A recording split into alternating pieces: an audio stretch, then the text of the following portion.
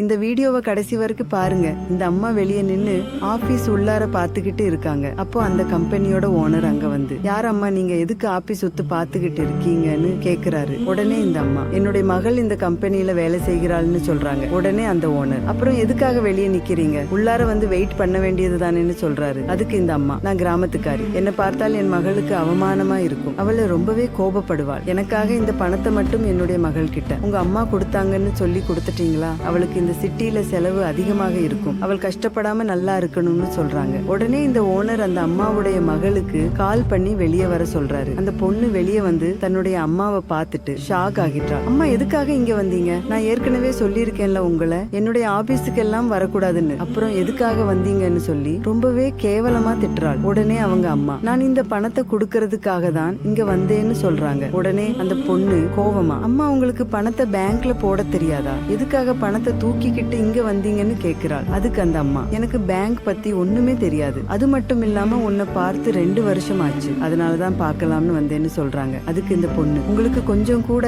அறிவே இல்லையா, இங்க வேலை செய்யறவங்க எல்லாருமே பணக்காரங்க, நீங்க தான் என்னுடைய அம்மான்னு தெரிஞ்சா இங்க இருக்கவங்க எல்லாருமே என்ன ரொம்ப கேவலமா பாப்பாங்கன்னு சொல்றா. உடனே இந்த அம்மா, நீ கோவப்படாத பாப்பா, இந்த பணத்தை வாங்கிக்கோ, நான் இங்க இருந்து கிளம்பி போறேன்னு சொல்றாங்க. உடனே இந்த பொண்ணு பணத்தை வாங்கிக்கிட்டு இங்க இருந்து முதலில் கிளம்புங்கன்னு சொல்றாங்க. உடனே இந்த ஓனர் அந்த அம்மாவை நிக்க சொல்லிட்டு அந்த பொண்ணு கிட்ட, நீ எதுக்காக இப்படி நடந்துக்கிற, உன்னைய நான் ரொம்ப நல்ல பொண்ணுன்னு நினைச்சேன், நான் உன்கிட்ட ஒரு விஷயம் மட்டும் கேட்கிறேன், இந்த வேலை உனக்கு கிடைக்கிறதுக்கு காரணம் யாரு, உங்க அம்மா தான், உன்னை வளர்த்தது யாரு, உங்க அம்மா தான், உன்னை படிக்க வச்சு இந்த நிலைமைக்கு கொண்டு வந்தது யாரு, உங்க அம்மா தான், அப்படிப்பட்ட அம்மாவையே நீ உன்னுடைய ஆபீஸுக்கு வர வேண்டாம்னு சொல்லுவியான்னு கேக்குறாரு. அதுக்கு இந்த பொண்ணு, சார் நான் கஷ்டப்பட்டு இந்த கம்பெனிக்காக உழைக்கிறேன், என்னை எதுக்காக இப்படி திட்டுறீங்கன்னு கேட்கிறாள். அதுக்கு இந்த ஓனர், நீ கஷ்டப்பட்டதை விட பல மடங்கு அதிகமா கஷ்டப்பட்டு தான் உங்க அம்மா உன்னை படிக்க வச்சிருக்காங்க, அது உன்னுடைய கண்ணுக்கு தெரியலையா, பெத்த அம்மா கிட்ட இப்படிதான் நடந்துப்பியா, அவங்க மனசு எவ்வளவு கஷ்டப்படும், உன்னுடைய ஸ்கூல் ஃபீஸ் காலேஜ் ஃபீஸ் கட்டுறதுக்காக அவங்க எவ்வளவு கஷ்டப்பட்டு இருப்பாங்க, நீ சம்பாரிச்சு உன்னுடைய சம்பள பணத்துல உங்க அம்மாவை பாத்துக்கணும், ஆனா நீ இன்னமும் அவங்க கிட்ட பணம் வாங்கிக்கிட்டு இருக்க, இனிமேலும் அவங்கள கஷ்டப்படுத்தாதுன்னு சொல்றாரு. அதுக்கப்புறம் இந்த பொண்ணு